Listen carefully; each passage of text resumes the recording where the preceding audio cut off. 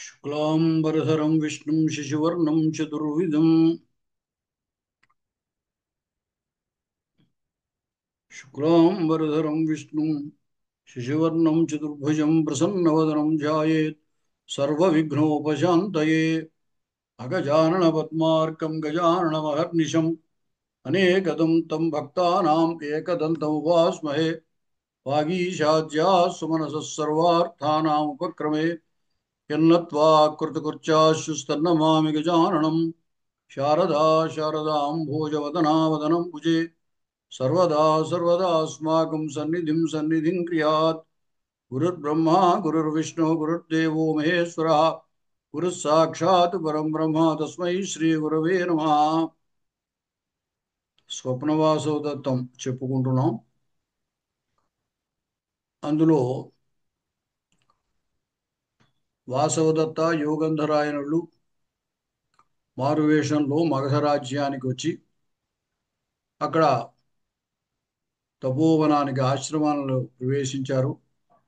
అదే సమయానికి మగధరాజు యొక్క ప్రస్తుతం ఉన్న దర్శకుడు ఆ మగధరాజు యొక్క సోదరి పద్మావతి తన పరివారంతో కంచుకితోటి ఆశ్రమంలోకి ప్రవేశించింది. దాని తర్వాత అక్కడికి లావాణక గ్రామం నుండి ఒక బ్రహ్మచారి వచ్చాడు. ఆ వచ్చినటువంటి బ్రహ్మచారికి అక్కడ ఉన్నటువంటి కంచుకి అతిథి సత్కారం స్వీకరించవలసింది అని అడిగాడు. తర్వాత యోగంధరాయనుడు, నీవు ఎక్కడి నుంచి వచ్చావు, ఎక్కడికి వెళుతున్నావు, అలాగే నీ నివాసం ఏమిటి అని ప్రశ్నించాడు. అప్పుడు బ్రహ్మచారి, నేను రాజగృహం నుండి వస్తున్నాను. వత్సదేశంలో లావాణకం అనేటువంటి గ్రామం ఒకటి ప్రసిద్ధమైనది ఉంది కదా, ఆ గ్రామంలో నేను నివసించేవాడిని, అక్కడి నుంచి వస్తున్నాను అన్నాడు. ఆ లావాణకం అనే పేరు వినగానే అక్కడ మారువేషంలో ఉన్నటువంటి వాసవదత్తకి తన సంతాపం, బాధ ఎక్కువ అవుతుంది. ఎందుకంటే అక్కడ ఉండగానే రాజు వేటకి వెళ్ళినప్పుడు వాసవదత్త యోగంధరాయనుడు మరణించారనేటువంటి, అగ్ని ప్రమాదంలో మరణించారు అని పుకారు సృష్టించి అక్కడి నుంచి వీళ్ళు ఇక్కడికి వచ్చేశారు. అంచేత ఆ లావాణకం అనే పేరు వినగానే వాసవదత్తకి అది గుర్తుకొచ్చి కొంచెం మళ్ళీ బాధ కలుగుతుంది. అప్పుడు యోగంధరాయనుడు బ్రహ్మచారిని అడుగుతాడు, విద్య పూర్తి అయిపోయిందా అని అడిగాడు. అబ్బే లేదండి, విద్య పూర్తి కాలేదు అన్నాడు. మరి విద్య పూర్తి కాకపోతే ఎందుకు వచ్చావు, ఇక్కడ రావడానికి ఉపయోగం ఏమిటి, ప్రయోజనం ఏమిటి అంటే, ప్రయోజనం అనే శబ్దానికి ఇక్కడ కారణం అని అర్థం. కాబట్టి ఏ కారణంగా ఇక్కడికి నువ్వు వచ్చావు విద్య పూర్తి అవ్వకపోతే అంటే, సాధారణంగా బ్రహ్మచారులు గురుకులంలో విద్యాభ్యాసం చేస్తూ లేదా ఏదైనా గురువు గారి దగ్గర విద్యాభ్యాసం చేస్తూ ఆ విద్య పూర్తయ్యాక గురుదక్షిణకి అక్కడ ఉన్న సమీపంలో ఆ రాజ్యానికి ఉన్నటువంటి రాజు దగ్గరకు వచ్చి గురుదక్షిణ ఫలానా గురువు గారికి నేను ఇవ్వాలి, మీరు ఇప్పించవలసింది అని అడగడం, ఆ రాజు ఇస్తూ ఉండడం జరుగుతూ ఉండేది ప్రాచీన కాలంలో. అందుచేత విద్య పూర్తవకపోతే మరి ఇక్కడికి రావడానికి కారణం ఏమిటి అని అడిగాడు. అప్పుడు బ్రహ్మచారి అన్నాడు, తత్ర ఖలు అతి దారుణం వ్యసనం సంవృత్తం, అక్కడ చాలా ఘోరమైనటువంటి ప్రమాదం, కష్టం ఒకటి ఏర్పడింది అన్నాడు. యోగంధరాయణుడు, కథమివా, ఎలాగా, ఏమిటది అని అంటే, ఎలా ఏర్పడింది, అంత కష్టం ఏమొచ్చింది అని అభిప్రాయం అన్నమాట. తత్ర ఉదయనో నామ రాజా ప్రతివసతి, అక్కడ ఉదయనుడు అనేటువంటి రాజు నివసిస్తూ ఉన్నాడు అన్నాడు. అప్పుడు యోగంధర, శ్రూయతే తత్ర భవాన్ ఉదయన, అవును ఉదయనుడు అనేవాడు గురించి, ఆ రాజు గురించి మేము కూడా విన్నాం, తెలుసు అన్నాడు. శ్రూయతే వినబడుతోందంటే అందరికీ తెలిసిన విషయమే, అక్కడ ఉదయనుడు అనే రాజు ఉన్నట్టుగా. కిం సహా, అయితే ఏమిటి అతనికి అన్నాడు. తస్య అవంతి రాజపుత్రి వాసవదత్త నామ పత్యా దృఢం అభిప్రేత కిలా, అతనికి అవంతి రాజపుత్రి అయినటువంటి వాసవదత్త, ప్రసిద్ధమైనటువంటి వాసవదత్త ఆవిడ, ఆ పేరుతో ప్రసిద్ధమైనటువంటి ఆవిడ అతనికి మిక్కిలి ఇష్టమైనటువంటి భార్య. పత్యా దృఢం అభిప్రేత, భర్త చేత మిక్కిలి ప్రాణప్రదంగా ప్రేమింపబడినటువంటి ఆమె అని చెప్పాడు. భవితవ్యం అంటే కావచ్చు. తతస్తత తర్వాత ఏం జరిగింది అంటే ఈ రెండు విషయాలు, ఉదయనుడనే రాజున్నాడు, అతడికి వాసవదత్త అనేటువంటి ప్రియమైనటువంటి భార్య ఉంది, అతనికి ఆమె పట్ల చాలా ఇష్టము, దీనివల్ల కష్టమేమీ లేదు కదా. అందుచేత తర్వాత ఏం జరిగిందని అడిగాడు. బ్రహ్మచారి అన్నాడు, తతస్తస్మిన్ మృగయా నిష్క్రాంతి రాజని రామదాహేన సాదగ్ధ. ఆ రాజు మృగ వేట వేట కోసం అని చెప్పి అక్కడి నుంచి అరణ్యానికి వెళ్ళగా, అప్పుడు గ్రామదాహేన, ఆ గ్రామం యొక్క అగ్ని దాహము చేత, అంటే అగ్ని ప్రమాదం చేత గ్రామం దగ్ధమైంది. ఆ దహన క్రియలో ఆమె కూడా దగ్ధమైపోయింది. గ్రామం అంతా అంటుకుంది, ఆ అంటుకున్నప్పుడు ఆమె కూడా దగ్ధమైంది అని చెప్పాడు. అప్పుడు వాసవత ఆత్మకథం అలీకమలీకం ఖల్వేతతు జీవామి మందభాగా.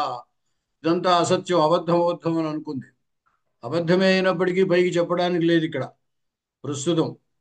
అంచేత ఇదంతా అబద్ధమే, నేను ఇంకా బతికే ఉన్నాను, అంటే నేను జీవించి ఉన్నాను, దురదృష్టవంతుడు వాళ్ళని అందరూ నేను మరణించాను అనుకుంటున్నారు. అంటే జీవించి ఉండగా తన గురించి ఎవరైనా మరణించింది అని అనుకుంటే బాధగానే ఉంటుంది కదా. అందుచేత జీవామి మందభాగా, అంటే మందగించిన భాగం మందభాగం అంటే అదృష్టం మందగించిన వాడు అనమాట, అంటే దురదృష్టము అని అభిప్రాయం. అంటే దురదృష్టవంతురాలనేటువంటి నేను జీవామి, జీవించే ఉన్నాను అనుకుంటోంది. అప్పుడు యోగంధరాయణుడు తతస్తత, తర్వాత ఏం జరిగింది అంటే తతస్తాం అభ్యుపవత్తు కామ యోగంధరాయణ నామ సచివ తస్మిన్నేవ అగ్నౌ పతిత. ఆమెను రక్షించాలి అనేటువంటి ఉద్దేశంతో యోగంధరాయణుడు అనేటువంటి మంత్రి ఆ అగ్నిలోనే పడ్డాడు. తస్మిన్నేవ అగ్నౌ పతిత. ఆ యుగంధరాయణుడు కూడా ఆ అగ్నిలో పడిపోయాడు, అంటే అతడు కూడా మరణించాడు దారుణం. సత్యం పతితైతి తతస్తత, అవునవును పడ్డాడని నిజమే అంటాడు. తతస్తత తర్వాత ఏం జరిగింది, పడడం వరకు ఇతను పడ్డాడు అని ఆ అక్కడ పుకారు అట్లా ఏర్పాటు చేశాడు. కాబట్టి ఈ బ్రహ్మచారి చెప్పేటువంటి మాటలను బట్టి అక్కడ తన ప్రణాళిక యథాతథంగా నడుస్తోందా లేదా, రాజు వాసవదత్త మరణించినట్లుగా పూర్తిగా నమ్మాడా లేదా, ప్రజలు నమ్మారా లేదా అనే విషయం యోగంధరానికి అర్థమవుతుందన్నమాట.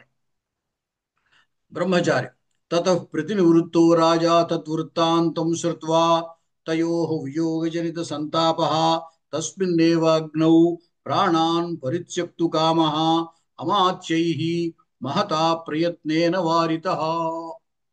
దాని తర్వాత ఏం జరిగింది అంటే వేట నుండి తిరిగి వచ్చినటువంటి రాజు ప్రతినివృత్త రాజా తద్వృత్తాంతం శ్రుత్వా, ఆ వృత్తాంతాన్ని విని, అంటే గ్రామంలో అగ్ని ప్రమాదం ఏర్పడింది, ఆ ప్రమాదంలో వాసవదత్త మరణించింది, వాసవదత్తను రక్షించడానికి యోగంధరాయణుడు కూడా దాంట్లో పడిపోయి మరణించాడు అనేటువంటి విషయము రాజుకి చెప్తారు.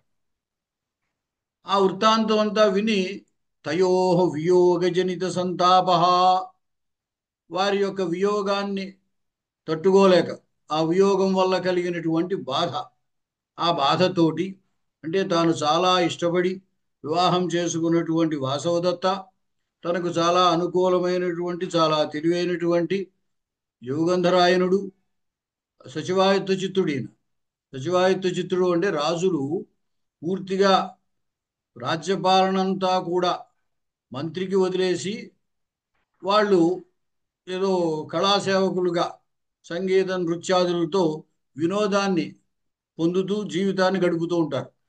అటువంటి రాజులు కొంతమంది ఉండేవారు, వాళ్ళని సచివాయుత్త చిత్తులు అనేవారు. అలాగా తనకు నమ్మకమైనటువంటి చాలా తెలివైనటువంటి పరిపాలన భారం అంతా వహించేటువంటి యోగంధరాయనుడు అనమాట. అటువంటి యోగంధరాయనుడు కూడా ఈ అగ్ని ప్రమాదంలో మరణించాడు. ఆ రెండింటినీ తట్టుకోలేక దత్త యొక్క మరణాన్ని, యోగంధరాయనుడి యొక్క మరణాన్ని కూడా తట్టుకోలేక, ఆ దానివల్ల జరిగినటువంటి వారి వియోగం వల్ల కలిగినటువంటి బాధ, ఆ బాధతోటి తస్మిన్నేవ అగ్నౌ ప్రాణాన్ పరిత్యక్తు కామ, అదే అగ్నిలో తను కూడా ప్రాణాలు విడిచిపెట్టాలి అని అనుకుంటున్నటువంటి వాడై అమాత్యైర్మహతా ప్రయత్నేన వారిత మంత్రుల చేత పెద్ద ప్రయత్నం మీద నివారింపబడ్డాడు. అంటే మంత్రులు ఎంతో ప్రయత్నం చేస్తే గాని అతన్ని యువతలకు తీసుకురావడం కుదరలేదనమాట. అతడు అంత బాధలో ఆ బాధను తట్టుకోలేక తాను కూడా మరణించేద్దామనేటువంటి ప్రయత్నం చేశాడు. పరిత్యక్తు కామః, ఇక్కడ పరిత్యక్తుం కామః అన్నమాట. ప్రాణాలని విడిచిపెట్టాలి అని కోరుకుంటున్నటువంటి వాడు. ఈ తుమున్ అనేటువంటి ప్రత్యయం ఇక్కడ ఉన్న ఆ మకారం లోపిస్తూ ఉంటుంది. గంతు కామః అంటే వెళ్ళాలనుకుంటున్న వాడిని గంతు కామః, భోక్తు కామః తినాలి అనుకుంటున్న వాడిని భోక్తు కామః అంటారు. అలాగే ఇక్కడ కూడా పరిత్యక్తుం కామః అనమాట. విడిచిపెట్టడానికి ప్రాణాన్ పరిత్యక్తుం కామః అనమాట. ప్రాణాలను విడిచిపెట్టాలి అని కోరుకుంటున్నటువంటి వాడు. దీని పరిత్యక్తు మధ్యలో మకారం లోపిస్తుంది. పరిత్యక్తు కామః. అటువంటి ఆ ఉదయనుణ్ణి మంత్రులంతా కూడా చాలా ప్రయత్నం మీద మహతా ప్రయత్నం అంటే పెద్ద ప్రయత్నం చేసి నివారించగలిగారు అని చెప్పాడు. వాసవాత్మకతం జానామి జానామి ఆర్యపుత్రస్య మయి సానుక్రోశత్వం. నేను ఎరుగుదును కదా, తెలుసు తెలుసు నాకు. ఆ ఆర్యపుత్రుడు అంటారు భర్తని. ఈ నాటకాలన్నింటిలోనూ కూడా ఆర్యపుత్రుడు అని వ్యవహరిస్తారు. అంచేత ఆర్యపుత్రుని కంటే తన భర్తకి మయి సానుక్రోశత్వం, నా యందు నా భర్తకి ఉన్నటువంటి దయ అయితే ప్రేమ నాకు తెలుసు కదా. అంచేత నేను మరణించాననే విషయాన్ని ఆయన తట్టుకోలేక ఈ పని చేయడానికి ప్రయత్నించాడు అని అనుకుంది. ఇప్పుడు కూడా మన గురించి ఎదుటి వాళ్ళు మన ఎదురుగా చెప్పినటువంటి మాటలు ఎన్నైనా ఉండొచ్చు. వాళ్ళు ప్రశంసించవచ్చు, చాలా ప్రేమగా మాట్లాడచ్చు. అయితే అదంతా వాళ్ళ యొక్క అసలైన అభిప్రాయముగా, హృదయంలో ఉన్నటువంటి అభిప్రాయంగా మనం లెక్కించడానికి లేదు. ఒక్కొక్కప్పుడు మన మీద లోపల ద్వేషం ఉన్నా కూడా పైన ప్రీతిగా మాట్లాడచ్చు. అయితే మన పట్ల తక్కువ భావం ఉన్నా మనం ప్రశంసించవచ్చు. కాబట్టి ఎప్పుడు కూడా మన పరోక్షంలో మన గురించి ఎదుటివాడు ఏం మాట్లాడాడో అది అతని యొక్క నిజమైనటువంటి అభిప్రాయం అన్నమాట, అసలైనటువంటి అభిప్రాయం అన్నమాట. అలాగా ఇక్కడ కూడా ఉదయనుడు వాసవదత్త ఉండగా ఎంతటి ప్రేమైనా చూపించి ఉండవచ్చుగా. ఆ ప్రేమంతా ఎంతవరకు నిజము, ఎంతటి గాఢ ప్రేమ ఉన్నది అనే విషయము తన పరోక్షంలో అతడు పొందుతున్నటువంటి బాధను బట్టి ఆమె గుర్తిస్తోంది. నాకు నా పట్ల తనకి అంటే తన భర్తకి తన పట్ల ఎక్కువ ప్రేమ ఉంది అనే సంగతి ఆవిడికి తెలుసు. అలా ప్రేమించుకోవడం వల్లనే తల్లిదండ్రులకి విడిచిపెట్టేసి గాంధర్వ వివాహం చేసుకోవడం జరిగింది. అంతలాగా ప్రేమించిన వాడే అని సంగతి తెలుసు. అయినప్పటికీ తన పరోక్షంలో తన గురించి అతడు పడేటువంటి బాధ అతనికి తన పట్ల ఉన్నటువంటి ప్రేమని తెలియపరుస్తుంది అనమాట. అందుచేత ఎప్పుడూ కూడా మనం ఎదుటి వాళ్ళ యొక్క అభిప్రాయం, మన పట్ల వారి యొక్క అభిప్రాయము ఎంతవరకు సత్యము అనేది తెలుసుకోవాలంటే మన పరోక్షంలో మన గురించి వాళ్ళు మాట్లాడిన మాటలే దానికి ప్రమాణం అన్నమాట. ఇక్కడ వాసవదత్త అట్లా పరోక్షంలో ఆయన ప్రేమను వ్యక్తపరచక్కర్లేదు. ప్రత్యక్షంలో ఆయన ఎంతటి ప్రేమను వ్యక్తపరిచాడో అంత ప్రేమ అతనికి పరోక్షంలో ఉన్నట్టే. కానీ ఈ మాటల చేత ఎంతటి ప్రేమ ఉన్నదో ఆ ప్రేమ ఇప్పుడు నిదర్శనం అన్నమాట, రూఢి అవుతోంది అనమాట దీనివల్ల.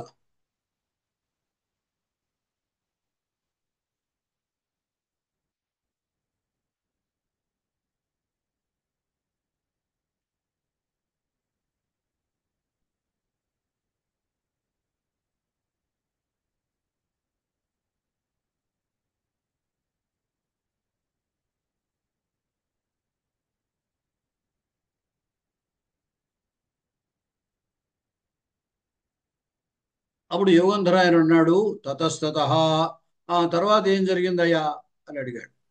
అడిగితే బ్రహ్మచారి తతస్తస్య శరీరోపభుక్తాని దగ్ధశేషాని ఆభరణాన్ని పరిష్వచ్య రాజా మోహం ఉపగత. దాని తర్వాత తస్యాహ శరీర ఉపభుక్తాని దగ్ధశేషాని ఆభరణాన్ని, ఆమె మరణించింది అనడానికి ఏవో కొన్ని సాక్ష్యాలు చూపించాలి కదా, రాజు విశ్వసించాలి కదా. అందుకోసం ఏమంటారు, అగో ఇక్కడ మరణించిందండి, మరణించినప్పుడు ఆమె యొక్క ఇగో ధరించినటువంటి ఆభరణాలు ఇగో సగం సగం కాలిపోయి ఉన్నటువంటి ఆభరణాలు అని చెప్పి ఇవన్నీ చూపించారనమాట.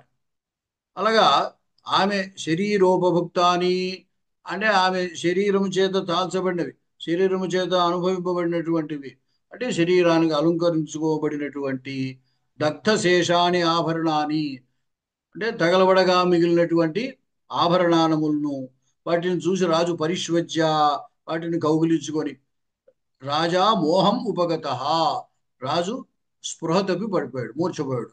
మోహం ఉపగత అంటే స్పృహ తప్పి పడ్డాడు, అంటే స్పృహ కోల్పోయాడు. మోహాన్ని పొందాడు అంటే స్పృహ కోల్పోయాడు. అప్పుడు సర్వి అది ఇక్కడ ఉన్న వాళ్ళంతా, అటు పద్మావతి, ఇటు యోగంధరాయణుడు, అటు వాసవదత్త, అందరూ కూడా అన్నారు. అంత జరిగిందా అన్నట్టుగా. అప్పుడు వాసవదత్త స్వగతం సకామ ఇదానీం ఆర్య యోగంధరాయణో భవతు.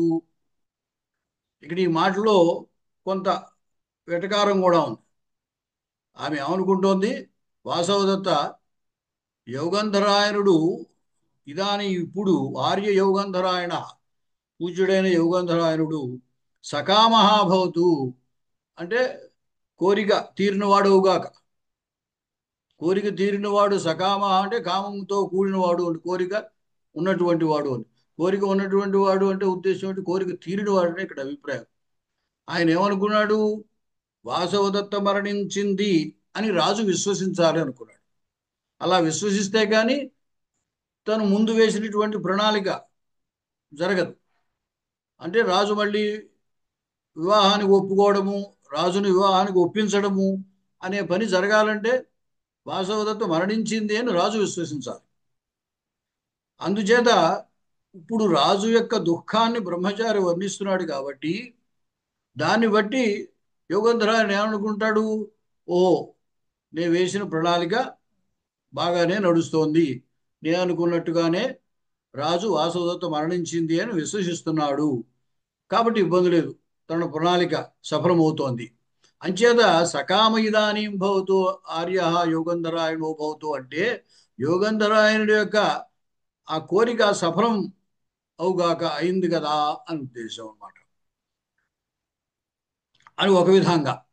అలా కాకుండా ఇది ఏళనగా లేతే అతన్ని దిప్పిపొడుపుగా అనుకోకపోతే, లోకంలో కూడా ఇప్పుడు ఎవరైనా ఎవరి పట్లైనా కోపంగా ఉన్నప్పుడు, ఎవరి పట్ల కోపంగా ఉన్నారో వాళ్ళకి ఏదైనా ఇబ్బంది జరిగితే అప్పుడు యువతల వాళ్ళు ఏమంటారు, ఈ కోపంగా ఉన్నవాడిని, అప్పుడు ఏదో నీ కళ్ళు చల్లబడ్డాయా, నీ కోరిక తీరిందా అంటూ ఉంటారు. కోరిక తీరడం ఏంటి అంటే వాడి పట్ల ఇతనికి ఇష్టం లేదు కాబట్టి వాడికి అపకారం జరిగితే వీడు సంతోషిస్తాడు అని వాళ్ళ అభిప్రాయం. అలాగా ఇక్కడ ఏమిటి, ఇక్కడ ఇది ఉదయనుడి పట్ల ఇష్టం లేకపోవడం కాదు, యోగంధరాయణుడు చేసినటువంటి పనంతా వాసవదత్తుకి పూర్తిగా ఇష్టం కాదు, కానీ తప్పదు. మళ్ళీ రాజు ఉదయనుడు రాజ్యానికి రావాలి, చక్రవర్తి కావాలి అంటే యోగంధరాయణుడు చెప్పినట్టు వినాలి. అందుచేత ఎంతో బాధగా అక్కడి నుంచి వచ్చేసింది. అంటే యోగంధరాయణుడు చేసినటువంటి పని వాసవదత్తుకి బాధాకరమే, అటు వాసవదత్త మరణించింది అనుకోవడం వల్ల ఉదయనుడికి బాధాకరమే. కాబట్టి యోగంధరాయణుడు కోరిక సఫలమైంది కదా, కోరిక తీరింది కదా అనుకుంటారన్నమాట. అంతేకాకుండా సహజంగా కూడా వాస్తవంగా యథాతథంగా అర్థాన్ని గ్రహించినప్పటికీ కూడా యోగంధరాయణుడు ఏమనుకుంటున్నాడు, వాసవదత్త మరణించింది అని ఉదయనుడు నమ్మాలి, నమ్మిన తర్వాత అతన్ని మళ్ళీ పద్మావతిని వివాహం చేసుకోవడానికి ఒప్పించాలి. అంటే ముందు నమ్మడం అనేది జరగాలి. కాబట్టి అతడి కోరిక సజీవంగానే ఉండొచ్చు, ఇబ్బంది లేదు, నా కోరిక తీరదు అని అనుకోవాల్సిన అవసరం లేదు, ముందు ముందు తాను అనుకున్నట్టుగా జరుగుతుంది. ఆ విధంగా అతడు కోరికతో ఉన్నవాడు, అంటే తాను ముందు అనుకున్నటువంటి ప్లాన్ అంతా, ఆ ప్రణాళిక అంతా జరుగుతుంది అనే కోరికతో ఉన్నవాడు అవుగాక అని వాచ్యార్థంగా కూడా గ్రహించవచ్చు. భర్తృదారికి రోదిది ఖలు ఇయం ఆర్య. అయితే వాసవదత్త ఈ ఉదయనుడు దుఃఖపడుతున్నాడు అనేటువంటి బ్రహ్మచారి మాటలు విని ఆమె బాధపడుతోందనమాట. అంచేత ఆమె బాధపడడం పద్మావతి దగ్గర ఉన్న చెలికెత్తి చూసింది. చూసి భర్తృదారికే పద్మావతితో అంటోందనమాట, రాజకుమారి రోదితి ఖలి ఇయం ఆర్య. ఈ పూజ్యురాలైన ఈ అవంతిక, అవంతి వేషంలో వచ్చింది కదా ఈవిడ, ఈమె ఏడుస్తోంది, ఏడుస్తోంది కదా, ఎందుకు ఏడుస్తోంది అని. ఇక్కడ ఈ పైన మనకి వచ్చేటువంటి ప్రతి సందర్భంలో, చాలా సందర్భాల్లో ఏమిటంటే వాసవదత్త చేసేటువంటి చేష్టలు ఈ చెలికత్తో పద్మావతియో గమనిస్తూ ఉంటారు. ముఖ్యంగా చెలికత్తి గమనించి వాటిని ప్రశ్నిస్తూ ఉంటుంది. అలా ప్రశ్నించినప్పుడల్లా వాసవదత్త ఏదో విధంగా దానికి సమాధానపరుస్తూ ఉంటుంది, తన అసలు విషయం వాళ్ళకి తెలియకుండా. ఇక్కడ ఈ చెలికత్తి ఏమంది, రాజకుమారి రోదితి కలు ఇయం ఆర్య, పూజ్యురాలైన ఈమె ఏడుస్తోంది కదా, ఎందుకు ఏడుస్తోంది అని. పద్మావతి సానుక్రోశయా భవితవ్యం. పాపం పద్మావతి యథాతథంగా తీసుకుంది.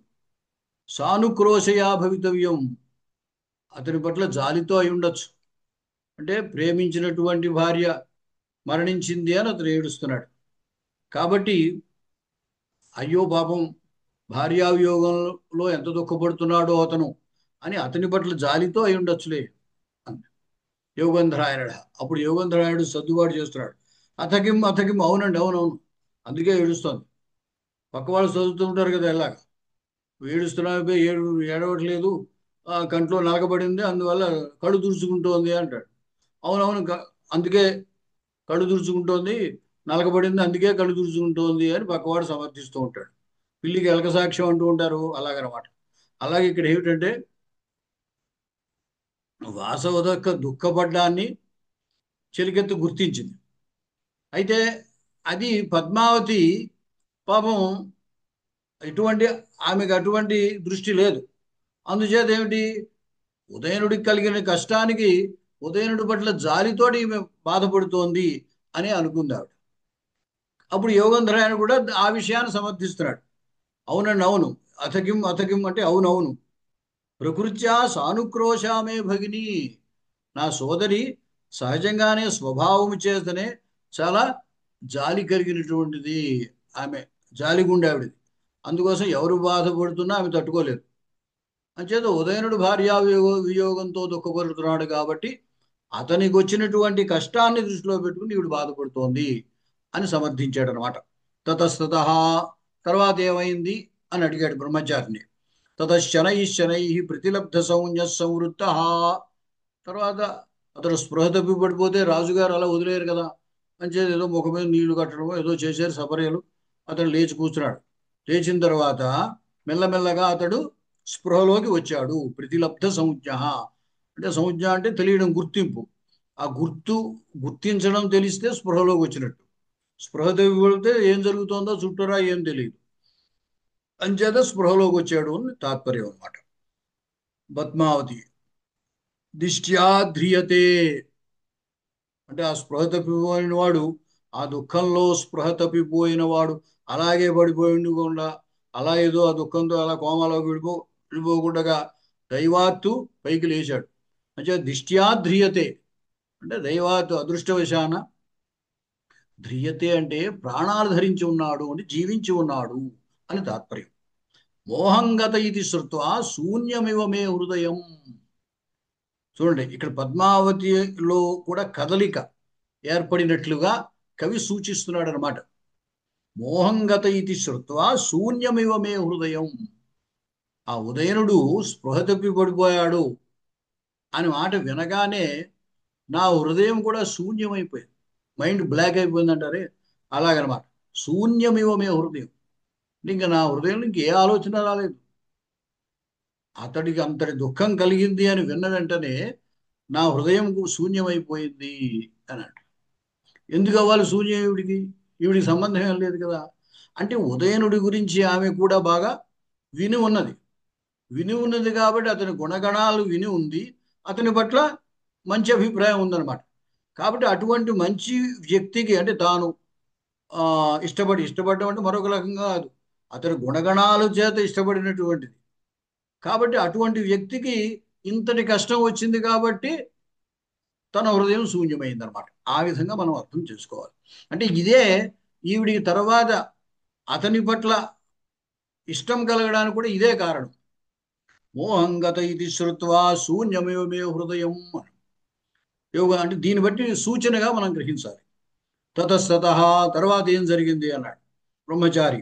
తతస్స రాజా మహీతల పరిసర్పణ పాంసుపాటల శరీర సహసా ఉత్థాయ హా వాసవదత్తే హా అవంతి రాజపుత్రి హా ప్రియ శిష్యే ఇది కిమపి కిమపి బహు ప్రలాపితవాన్. సరే, స్పృహలోకి వచ్చిన వెంటనే లేస్తాడు కదా. లేచిన వెంటనే అతడు ఏం గుర్తుంటుంది? ఎవరిని తలుస్తూ స్పృహ కోల్పోయాడో స్పృహ వచ్చిన వెంటనే మళ్ళీ వాళ్ళనే తలుస్తాడు.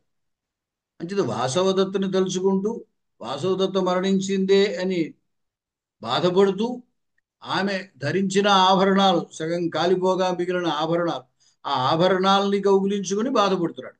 అలా బాధపడుతూ బాధపడుతూ స్పృహ తగ్గిపోయాడు. కాబట్టి స్పృహలోకి మళ్ళీ వచ్చిన వెంటనే వాసవదత్తే గుర్తుకొస్తుంది అతనికి.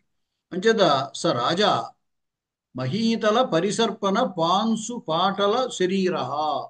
ఆ నేల మీద పడిపోయాడు. నేల మీద స్పృహ పడిపోయినప్పుడు అలాగే ఉండడు, ఇటోడు దుల్లి ఉండొచ్చు. అలా ఉండడం ఏమైంది? ఆ నేలకు ఉన్నటువంటి ఆ ధూళి అంతా దుమ్ము అంతా కూడా అతని శరీరానికి అంటుకుందనమాట. పాంసు ఆ ధూళి చేత పాటల కొంచెం ఎర్రబడినటువంటి శరీరం గలవాడు అటువంటి రాజు సహసా ఉత్థాయ ఒక్కసారిగా లేచాడు. లేచి హా వాసవదత్తే, మళ్ళీ వాసవదత్తను కలవరిస్తున్నాడు అనమాట, అంటున్నాడు అనమాట. ఓ వాసవదత్త, హా అవంతి రాజపుత్రి, ఓ అవంతి రాజపుత్రిక, హా ప్రియ శిష్యే, ఓ ప్రియమైన శిష్యురాల, ఇది కిమపి కిమపి బహు ప్రలపితవాన్. అలా ఏదేదో చాలా ప్రలాపం చేశాడు. అంటే చాలా మాటలు, ఆ ప్రలాపాలు అంటే ఇంకే నోటికి వచ్చింది పలకడం. నోటికి ఎందుకు వచ్చింది? లోపల ఉన్నటువంటి భావాన్ని బట్టి నోటికి ఆ మాటలు వచ్చాయి. ఇక్కడ ప్రియ శిష్యే అనేది మంచి ప్రయోగం. ఇక్కడ వస్తుత మామూలుగా ప్రియాచ అసౌ శిష్యాచ ప్రియ శిష్య, ప్రియాచ అసౌ శిష్యాచ, ప్రియురాలు ప్లస్ శిష్యురాలు. ఇక్కడ ప్రియురాలు కూడా కేవలం ప్రియా శబ్దానికి మా సాధారణమైన ఇష్టురాలని అర్థం కాదు. ఎందువల్ల అంటే వాసవదత్తావదయనులు ప్రేమించి పెళ్లి చేసుకున్నారు. ఈ వాసవదత్త యొక్క తండ్రి మహాసేనుడు ఉదయనుని బంధించి కారాగారంలో ఉంచుతాడు. అయితే ఉదయనుడి పట్ల అతనికి ద్వేషం లేదు. ఉదయనుడి యొక్క గుణగణాలను బట్టి అతనంటే చాలా ఇష్టమే, కానీ శత్రువర్గంలో ఉన్నాడు. అందుచేత అతన్ని బంధించి తీసుకొచ్చి కారాగారంలో పెట్టాడు. పెట్టాక వాసవదత్తుని, అతను సంగీత విద్వాంసుడు ఉదయనుడు కాబట్టి అతని దగ్గరికి వాసవదత్తుని పంపుతాడు సంగీతం నేర్చుకోమని. ఆ సంగీతం నేర్చుకుంటూ ఏం చేశారు వీళ్ళిద్దరూ? ఒకరినొకరు ప్రేమించుకున్నారు. ప్రేమించుకొని ఆ మహాసేనుడు అంగీకరించడేమో అనే అభిప్రాయంతో ఓ రోజు ఇద్దరూ కలిసి అక్కడి నుంచి పారిపోయి వివాహం చేసుకున్నారు. అందుచేత శిష్యురాలు అయింది, ప్రియురాలు అయింది. ప్రియ శిష్య అంటే అనమాట. అంటే సాధారణంగా మనకి ఇతడు నాకు ప్రియ శిష్యుడు అంటే ఇష్టమైన శిష్యుడు, ఇష్టమైన శిష్యురాలు. ఇక్కడ అలా కాదు, ప్రియురాలైన శిష్యురాలు. శిష్యురాలుగా చేరింది, తర్వాత ప్రియురాలు అయింది. కాబట్టి ప్రియురాలు మరియు శిష్యురాలు అయినటువంటిది. అటువంటి ఆమె మరణించింది అనగానే తట్టుకోలేకపోతాడు వాడు. కిమపి కిమపి ఏదేదో మాట్లాడాడు. కిం బహునా అంటే అతని యొక్క దుఃఖాన్ని ఎన్ని మాటలతోని వర్ణిస్తాము అని చెప్తున్నాడు. నైవేదానీం తాదృశాశ్చక్రవాకా నైవాప్యన్యే స్త్రీ విశేషైర్వియుక్తా ధన్యా సా స్త్రీ యాం తథా వేత్తి భర్త భర్తృస్నేహాత్ సాహి దగ్ధాప్యదగ్ధా. అతడి యొక్క దుఃఖాన్ని, ఆ దుఃఖము యొక్క అతిశయము చేత ఇతరులు ఎవరు తమ ఇష్టులైన వారి కోసం దుఃఖించే వాళ్ళు ఉన్నా వాళ్ళ ఎవరి దుఃఖము కూడా ఇతని దుఃఖంతో సమానమైంది కాదుట. నైవ ఇదానీం తాదృశాః చక్రవాకాః. ఈ చక్రవాక పక్షులు రాత్రి చక్రవాకములు నీటిని ఆశ్రయించుకుంటూ ఉంటాయి. ఆ రాత్రి వేళ ఏమవుతుందంటే ఆ పద్మానికి ఒకవైపు, ఆ తామరలకి ఒకవైపు మగది ఒకవైపు ఆడది చక్రవాకాలు ఉంటాయి. రాత్రి అవగానే ఒకదానికొకటి కనపడక తెల్లవార్లు ఆ చక్రవాకం ఏం చేస్తుందట, తన ప్రియుడి కోసమని దుఃఖిస్తూనే ఉంటుందట, ఏడుస్తూనే తెల్లవార్లు అరుస్తూనే ఉంటుంది. తెల్లారే కనపడ్డే ఊరుకుంటాయి అన్నమాట. అంచేత ఈ ప్రియావియోగములో దుఃఖించేటువంటి దానికి గొప్ప తార్కాణం ఏమిటంటే చక్రవాకాలు. వాటిని ఉదాహరణగా చెబుతూ ఉంటారు అన్నమాట. ఇప్పుడు ఏమన్నాడంటే ఇదానీం, ఇదానీం అంటే ఇప్పుడు ఈ ఉదయనుడు పడుతున్నటువంటి బాధ, ఉదయనుడి యొక్క దుఃఖం చూశాక చక్రవాకాహ తాదృశాహ నా, అంటే అంతటి దుఃఖాన్ని అనుభవిస్తున్నవి కాదు. ఇంతకు ముందు వరకు ప్రియావియోగంలో దుఃఖం పొందడం, దుఃఖాన్ని అనుభవించడంలో అవి ఫస్ట్ ర్యాంకులో ఉన్నాయన్నమాట చక్రవాకాలు. అటువంటివి ఇప్పుడు అవి అంతటివి కాదన్నాడు. అంటే ఉదయనుడు తన ప్రియావియోగం వల్ల ఎంతటి దుఃఖాన్ని అనుభవిస్తున్నాడో అంతటి దుఃఖాన్ని చక్రవాకాలు కూడా అనుభవించట్లేదు. అందుచేత కవి ఏం చెప్తున్నాడంటే నా ఏవ ఇదానీం తాదృశాః చక్రవాకాః. అలాగే నైవాప్యన్యే స్త్రీ విశేషైర్వియుక్తాః. అలాగే ఇతరులు ఎవరు కూడా తమ స్త్రీ విశేషములు, స్త్రీ విశేషములు కేవలము భార్యో మరొకరో కాకుండా చాలా ప్రియముగా ప్రేమింపబడేటువంటి స్త్రీ అన్నమాట. అంటే ప్రత్యేకమైనటువంటి ఆదరణో ప్రత్యేకమైన గుర్తింపో ఏ స్త్రీకి అయితే ఇస్తారో అటువంటి గుర్తింపు కలిగినటువంటి స్త్రీ యొక్క విశేషం, ఆ స్త్రీ యొక్క వియోగము చేత కూడా స్త్రీ విశేషములచే వియుక్తాహ, వియోగాన్ని పొందినటువంటి వారు కూడా ఇంతటి దుఃఖాన్ని అనుభవించరు.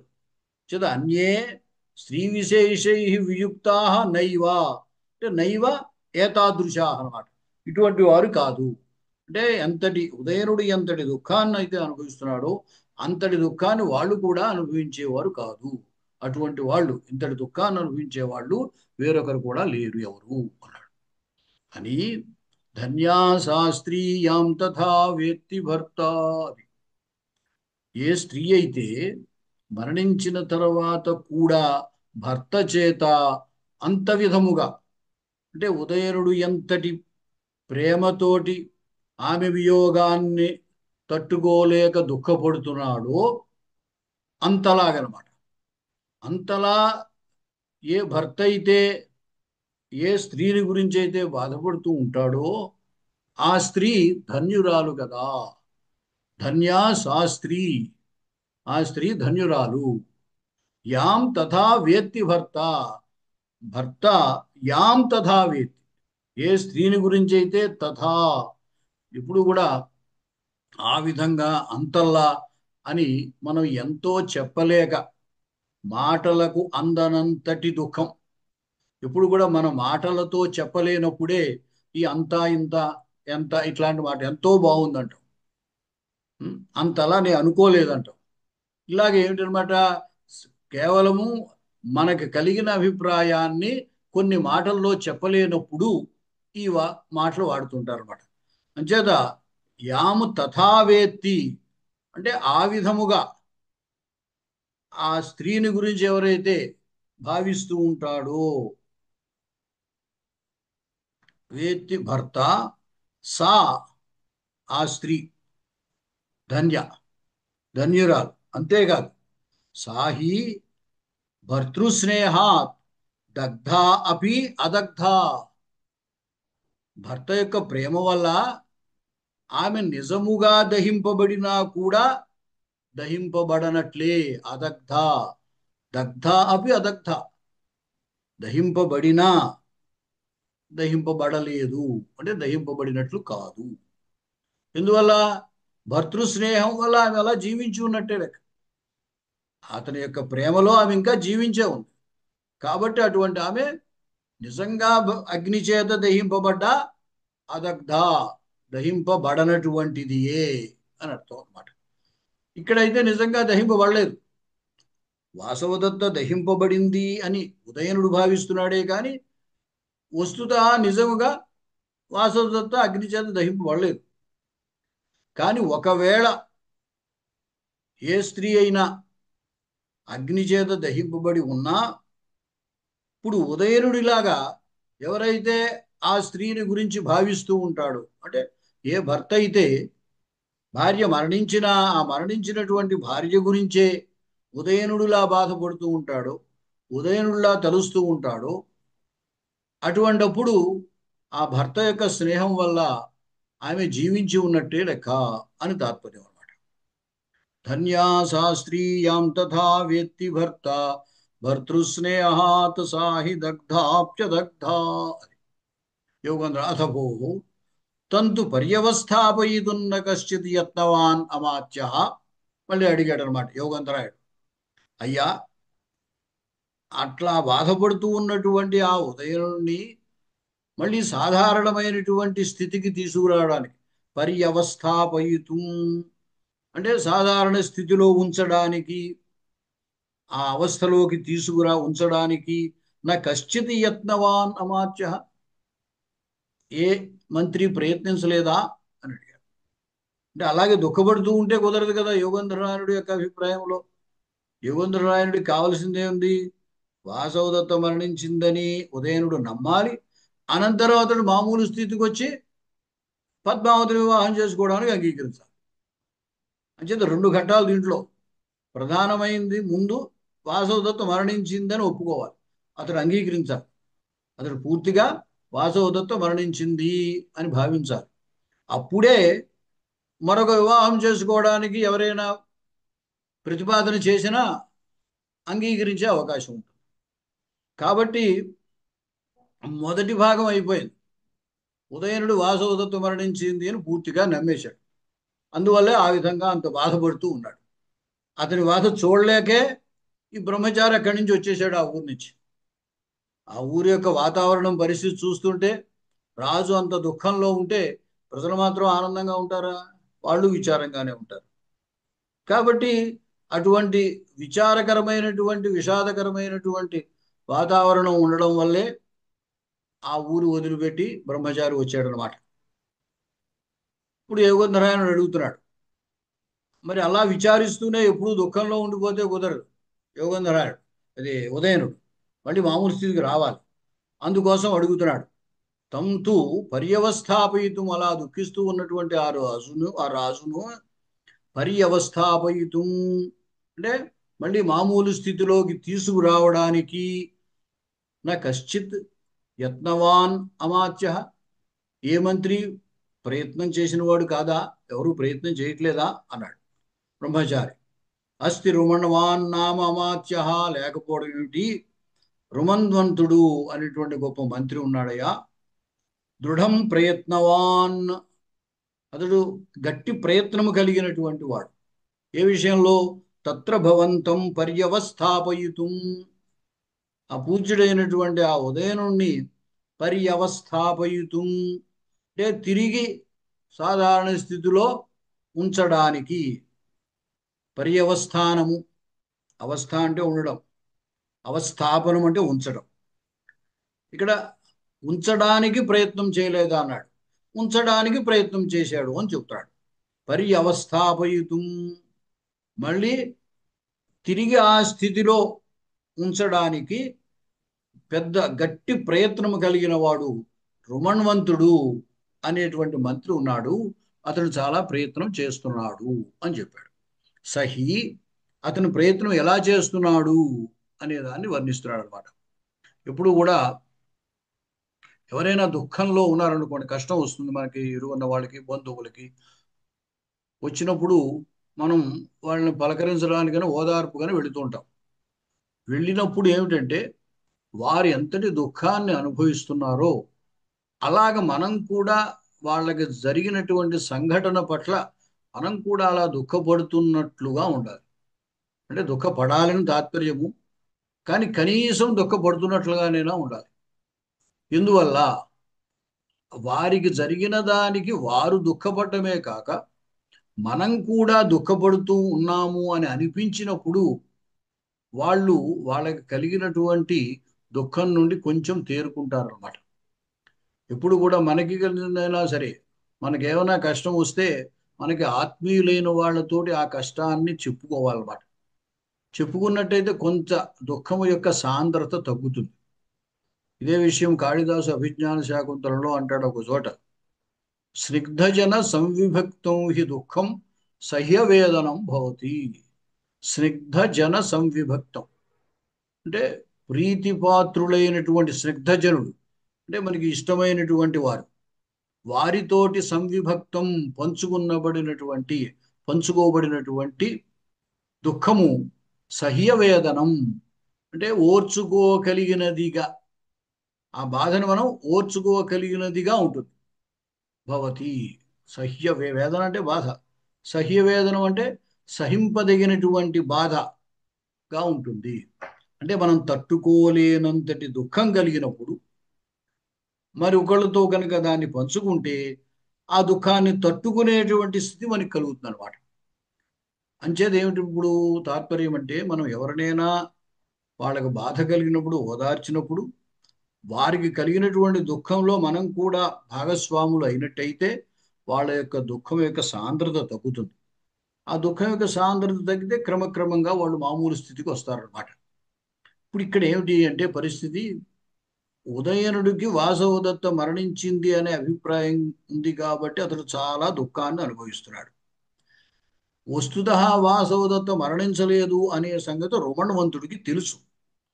తెలిసినప్పటికీ ఆ విషయం తెలిసి తనేమీ దుఃఖపడకుండా ఎటువంటి విచారము లేకుండా సాధారణమైన కాలక్షేపం అతడు చేస్తున్నాడు అనుకోండి, అప్పుడు ఉదయనుడికి మళ్ళీ అనుమానం వచ్చే అవకాశం ఉంటుంది, సందేహం కలిగే ప్రమాదం ఉంది. ఇది నేను ఇంత దుఃఖపడుతుంటే వీళ్ళంతా మామూలుగా కులాసాగా హాయిగా సుఖంగా తిరుగుతున్నారు ఏమిటి అనిపిస్తుంది. ఎందుకంటే మంత్రి కదా, రాజుకి అంత దుఃఖం వస్తే మంత్రి హాయిగా సుఖంగా ఎలా ఉంటాడు? కాబట్టి ఇక్కడ రోమన్వంతుడు వస్తుతః తనకి అంతటి దుఃఖము కలిగినా కలగకపోయినా, కలిగితే అలాగా రాజుతో పాటు ఉంటాడు, ఓదారుస్తాడు. కానీ వాసవదత్తం మరణిస్తే ఉదయనుడికి దుఃఖం కలగడం సహజమే. అతనితో పాటు తన యజమానురాలు మరణించింది కాబట్టి మంత్రికి దుఃఖం కలగడం సహజమే. కానీ ఇక్కడ పరిస్థితి ఏమిటి, రుమన్వంతుడికి వాసవదత్త మరణించలేదు అని సంగతి తెలుసు కాబట్టి అతడి మనస్సులో నుండి అంత దుఃఖం కలిగే అవకాశం లేదు. కానీ రాజు తాను దుఃఖపడకపోతే రాజు విశ్వసించడు. అంచేత సరిగ్గా జాగ్రత్తగా, ఇదంటే ఇది చాలా కత్తి మీద సాము అంటారే అటువంటిది అనమాట, వశిధారావృతం లాంటిది. రాజుకి ఎటువంటి అనుమానం రాకూడదు. వస్తే వాసుదత్త మరణించలేదు అని కనుక అనిపిస్తే మళ్ళీ అతడి వివాహానికి అంగీకరించడం అనేది కుదరదు. అందుకోసమే ఇంత ప్రణాళిక రచించడం జరిగింది. కాబట్టి ఆ రుమణ్వంతుడు ఎలా ఉన్నట్ట అది వర్ణిస్తున్నాడు ఈయన. అనాహారే తుల్య ప్రతత రుదిత క్షామవదన శరీరే సంస్కారం నృపతి సమదుఃఖం పరివహన్ దివా వా రాత్రౌ వా పరిచరతి యత్నైర్నరపతిం నృపః ప్రాణాన్ సద్యః త్యజతి యది తస్యాప్యుపరమః. అనాహారే తుల్యః, అక్కడ వాసవదత్త మరణించడం చేత ఆ దుఃఖాన్ని తట్టుకోలేక ఆ విచారముతోటే రాజు ఆహారాన్ని కూడా స్వీకరించట్లేదు. రాజు ఆహారాన్ని స్వీకరించకపోతే మంత్రి కూడా, ఈ రుమణ్వంతుడు కూడా ఆహారం తీసుకోవట్లేట.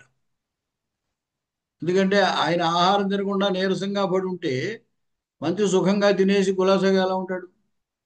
కాబట్టి అతడు కూడా ఆ దుఃఖాన్ని అనుభవిస్తున్నట్లుగా ఉండాలి కదా కనీసం. ఎందుకంటే అతనికి ఆ దుఃఖం కలగదు, వాసవదత్త బతికుందని తెలుసు కాబట్టి రాజు అనుభవించే దుఃఖం ఇతనికి కలగదు. కలగకపోయినా దుఃఖిస్తున్నట్టు ఉండాలి. అంచేత ఆయన ఏం చేస్తున్నట్ట, రాజుతో పాటుగా ఆహారం విషయంలో రాజు తినకపోతే ఈయన తింటలేదు. అనాహారే తుల్య.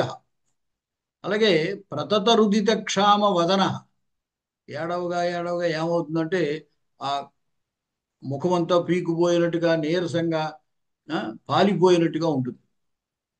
ఉదయనుడు ముఖం అలా ఉంటుంది. కాబట్టి ఈయన కూడా అట్లాంటి ముఖముతోటే ఉన్నట్ట.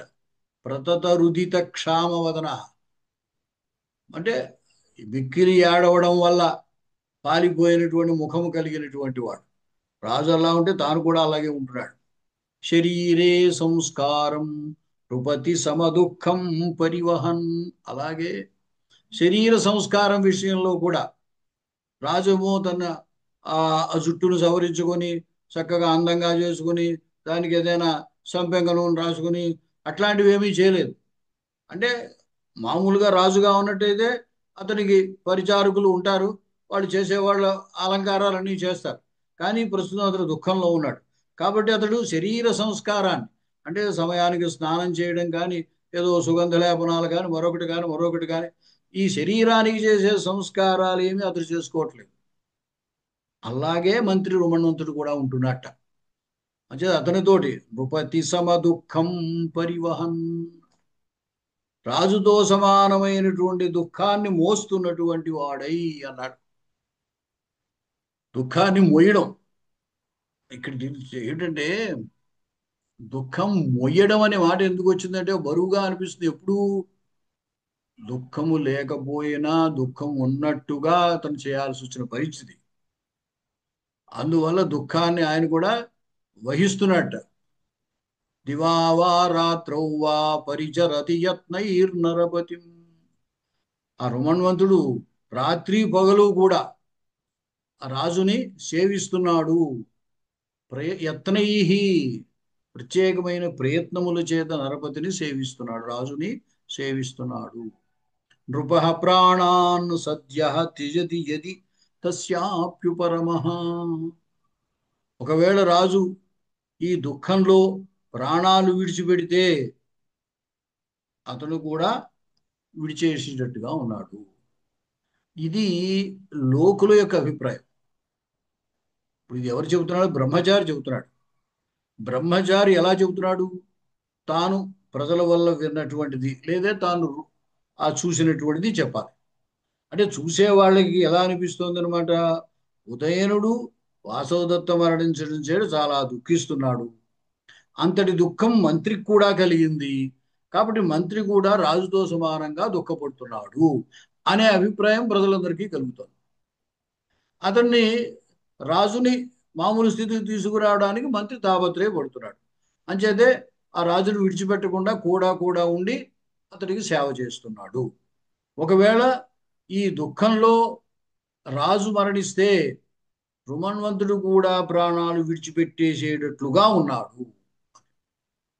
అంచేత ఒకవేళ రుమన్వంతుడిది అభినయమే అయినా అతడు కూడా నిజంగా దుఃఖపడుతున్నట్టుగానే ప్రజలకు అనిపిస్తుంది అనమాట. అలా అనిపించాలి. అలా అనిపిస్తేనే అందరూ నమ్మినట్లు లెక్క. ఆ విధంగా ఈ బ్రహ్మచారి చెప్పినటువంటి ఈ మాటల వల్ల యోగంధరాయనుడు అమ్మయ్య, అంటే నా ప్రణాళిక సఫలమవుతోంది కదా అని అనుకుంటాడు అనమాట.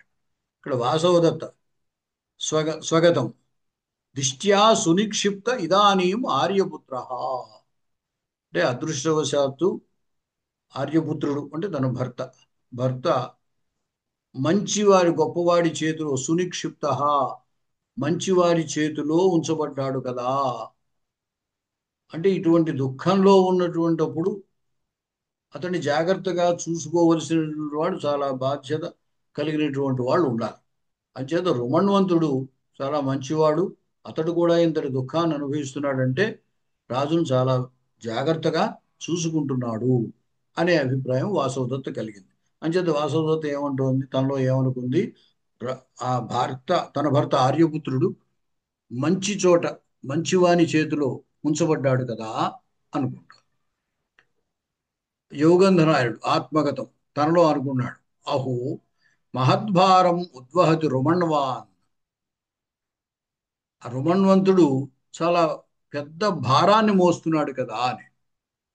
ఇప్పుడు ఇక్కడ ఏముంది, యోగేంద్రాయణుడు ఊరి నుంచి వచ్చేసాడు, యోగేంద్రాయణుడు మరణించాడు అని అనుకున్నారు. ఇక్కడతోటి ఇతని బాధ్యత తీరిపోయింది. పద్మావతి వాసవదత్తుని మారువేషంలో తీసుకొచ్చాడు, పద్మావతి దగ్గర అట్టే పెట్టేశాడు. పద్మావతి తన దగ్గర అట్టే పెట్టుకోవడానికి అంగీకరించింది. కాబట్టి ఇంతటితోటి తన భారం అయిపోయింది. వాళ్ళు అక్కడ నమ్మేటట్టుగా చేయాలనుకున్నాడు, అక్కడ నమ్మారు. నమ్మడితోటి వా ఇతని ప్రణాళిక ప్రకారం రాజు వాసవదత్త మరణించిందని విశ్వసించాడు. ఇక్కడ వాసవదత్తని పద్మావతి దగ్గర ఉంచడం అనేది సాధ్యమైంది. కాబట్టి ఇతనికి చేయవలసినటువంటి పని ఇతను చేయడం పూర్తయిపోయింది. ఇక ఇతనికి పని లేదు, తలనొప్పి ఏం లేదు, హాయిగా విశ్రాంతి తీసుకోవచ్చు. కానీ రుమణ్వంతుడి మీద భారం చాలా ఉంది. రుమణ్వంతుడు రాజు అంత దుఃఖంలో ఉంటే తాను దుఃఖము కలక్కపోయినా, అంటే వాసవదత్త మరణించలేదనే విషయం తెలిసినా తాను కూడా రాజుతో సమానంగా దుఃఖపడ్డం, మెల్లగా రాజును మామూలు స్థితికి తీసుకురావాలి. తీసుకు వచ్చిన తర్వాత అతన్ని మళ్ళీ పద్మావతిని వివాహం చేసుకోవడానికి అంగీకరింపజేయాలి, వాళ్ళ వివాహం జరగాలి. అంతవరకు ఈ ప్రణాళిక అన్నమాట. వివాహం జరిగితే మళ్ళీ మగధరాజు యొక్క సైన్యం అంతా కూడా వీళ్ళకి సహాయం చేస్తుంది. శత్రువుని జయించి, ఆరుణి అనేటువంటి అతడు శత్రువు, ఆ శత్రువుని జయించి మళ్ళీ ఉదయనుడు చక్రవర్తి అవుతాడు. అటువంటి ఆ మిగతా ప్రణాళిక అంతా కూడా సఫలం కావాలంటే ఆ భారం అంతా ఎవరి మీద ఉంది ఇప్పుడు అంటే రుమణ్వంతుడి మీద ఉంది. అంచేత అనుకుంటున్నాడు అనమాట యోగంధరాయుడు. అహో మహద్భారం ఉద్వహతి రుమణ్వాన్. రుమణ్వంతుడు చాలా పెద్ద భారాన్ని మోస్తున్నాడు కదా. కుతః, ఎందువల్ల అంటే, సరే తర్వాత చెప్పుకుందాం ఇంకా. స్వస్తి.